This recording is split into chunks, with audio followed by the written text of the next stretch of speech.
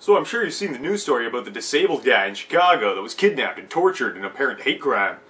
In case you're not on the up and up, 4 black teenagers bound an 18-year-old mentally handicapped white kid and held him captive, and broadcast his torture on Facebook Live, spouting racial bigotry the whole fucking time. It's a sobering act of depravity that reminds us how dark the human condition can be, and any decent human being should be outraged. And yet on social media, there are people defending these fucking scumbags. And on the premise that the government and white people in general have no moral authority to judge these teens because of the transgressions of the past. I don't give a shit what you think white people did to your ancestors. How the fuck do you think that suddenly makes torture acceptable? Not only does such a vindictive lust for revenge make you petty, but you'd have to be fucking retarded to think that you can get justice for your great-great-grandfather by hurting some random kid today.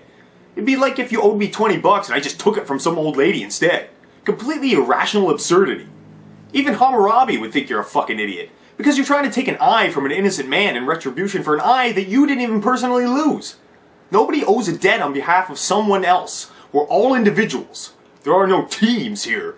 And so white people as a whole don't owe black people as a whole any fucking reparations.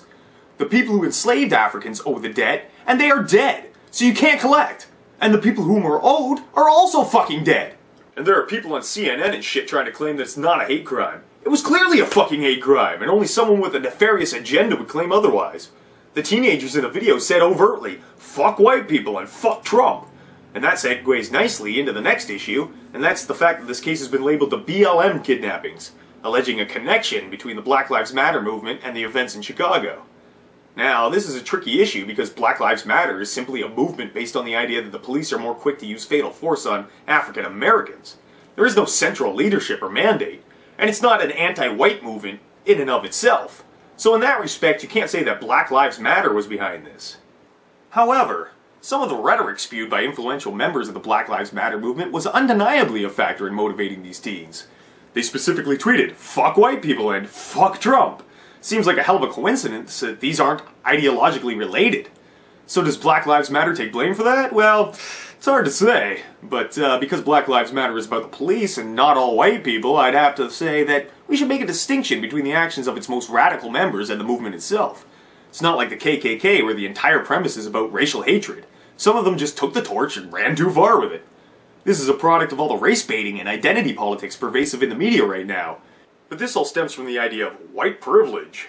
To me, the name is a bit of a misnomer, as it's not so much about white people being privileged as everyone else having a slight disadvantage. Semantics, I know, but because of the wording, most white people get upset and they don't perceive any privilege themselves. But it does exist. However, the privilege has been greatly exaggerated. You might be slightly less likely to get pulled over for no reason, or slightly more likely to get that job if your boss happens to be a secret bigot. These aren't fundamentally life-altering events, though. It's not like white people enjoy some rights and freedoms nobody else gets. There is no white people gravy train that gently carries us through life. The vast majority of us are not born with silver spoons in our mouths, but rather wooden spoons across our asses. I see a lot of homeless white guys on my way to work. Why don't you go tell them about the privilege they have? Clearly the difference it made was negligible. Now obviously as a society we should strive to eliminate the unnecessary hurdles that minorities face. However, this is what happens when you espouse divisive rhetoric and try to blame entire demographics like a bunch of fucking Nazis. Trying to get back at racists by being a racist yourself is the epitome of hypocrisy. Being white isn't a get-out-of-jail-free card the SJW crowd makes it out to be. What gets you out of jail free is wealth, and classism is a problem that has surpassed racism. A rich black man is still going to get treated with more privilege than me no matter how porcelain white my fucking skin is. And a poor white redneck is still going to get pulled over by the police for no good reason. I myself have experienced some of the hardships that minorities face. This is what I used to look like about a decade ago. I was a real roughneck one-percenter type guy, and the police would stop me all the time for no other reason but profiling based on my appearance.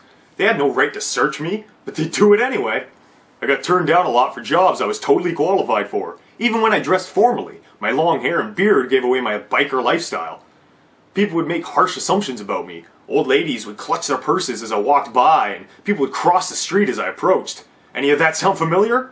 The difference being that I could shave and change my clothes at any time. You can't just stop being black.